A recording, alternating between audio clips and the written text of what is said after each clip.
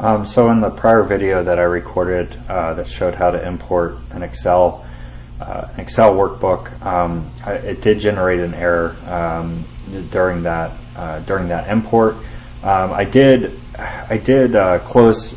So one of the things, what I think was going on there was I think I ran into system resources, which it's not a small data set. It's almost 1 million rows. It's like 900,000 rows.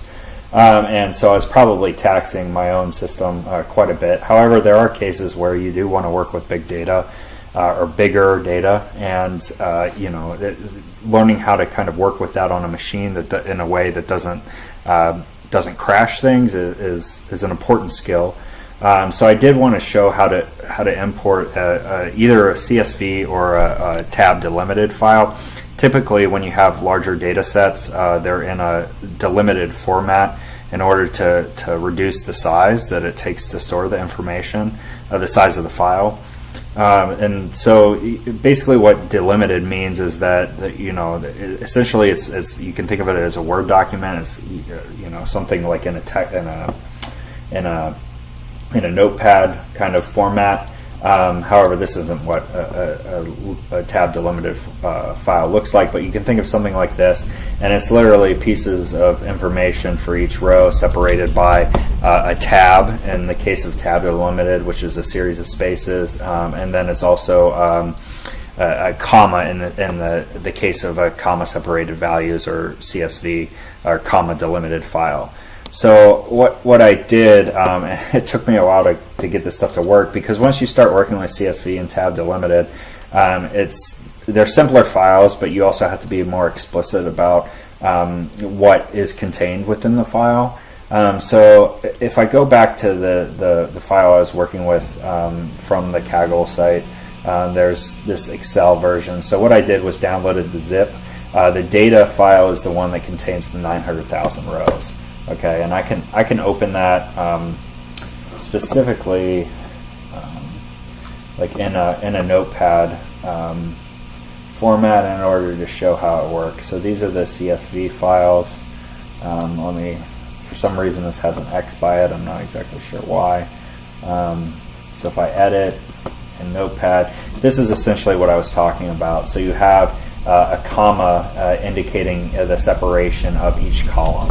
I did start to, I looked at this information in SQL, the import wizard, and I can show you what I ended up seeing. But some of these larger things, for whatever reason, there was a comma in one or two of them, like this. So then it interpreted, it interpreted as a new column, so the data were actually read incorrectly. There might be a way to fix it, since it does look like the columns are also identified with a double quotation. However, what the workaround I had, and you can do this in Notepad, or I'm using Notepad++, but you can do this in Notepad or through Excel, is what you want to do is basically save the file as a Tab-Delimited. So what I did, I'm not sure if this will actually convert it now that I mentioned that. Probably under T. Yeah, I'm not finding it immediately. So what I'm going to do instead is just do it the way I did it originally, which would involve opening the CSV file. It may take a while because it's not a small file. Again, it's 311 megabytes. I don't think that's originally what it was when I downloaded it. Something may have happened. Now I'm probably going to freeze up my machine. I'm just going to close the program. And I will go back to my downloads. I believe this is, so this is the CSV file here. I'll copy it, and I'll place it out on my desktop again.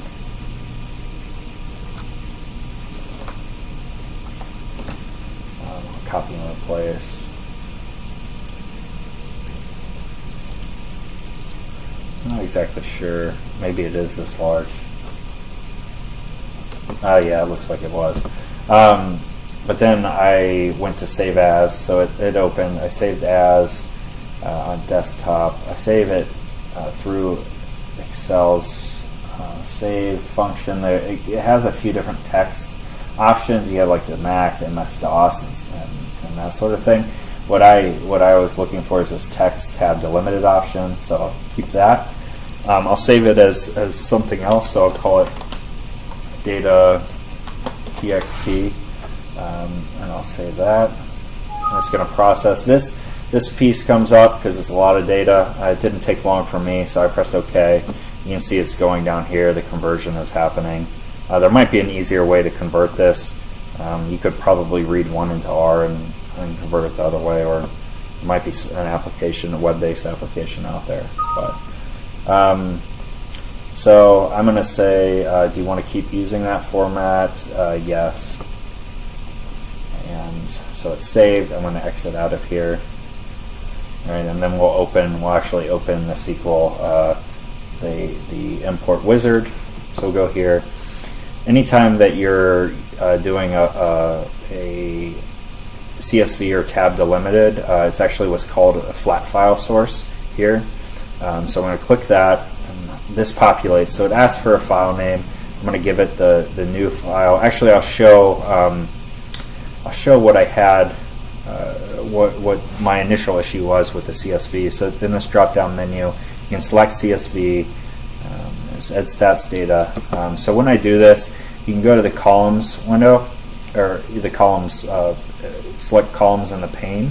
And what you can see here is this indicator code is actually this piece. So it's pushing the cells out further, and I can kind of tell that there must be a comma in some of these because it's treating, this piece is actually part of indicator name, I believe.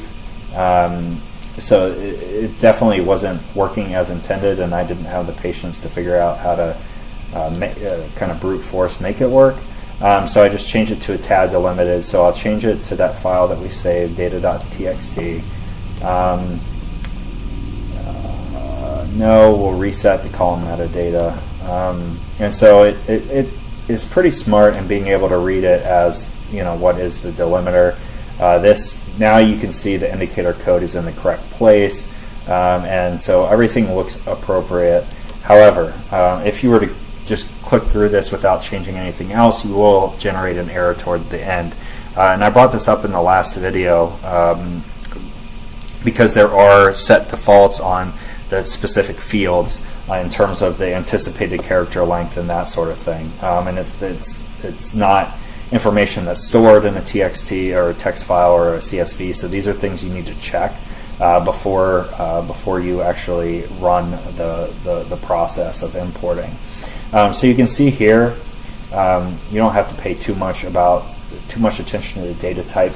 That's usually right. The issue is more with this output column width.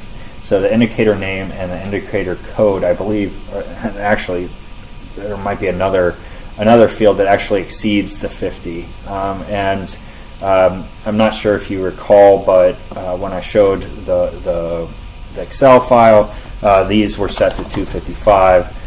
So you can either change things individually, or you can use the control, hold down control and multi-select and change them all at once.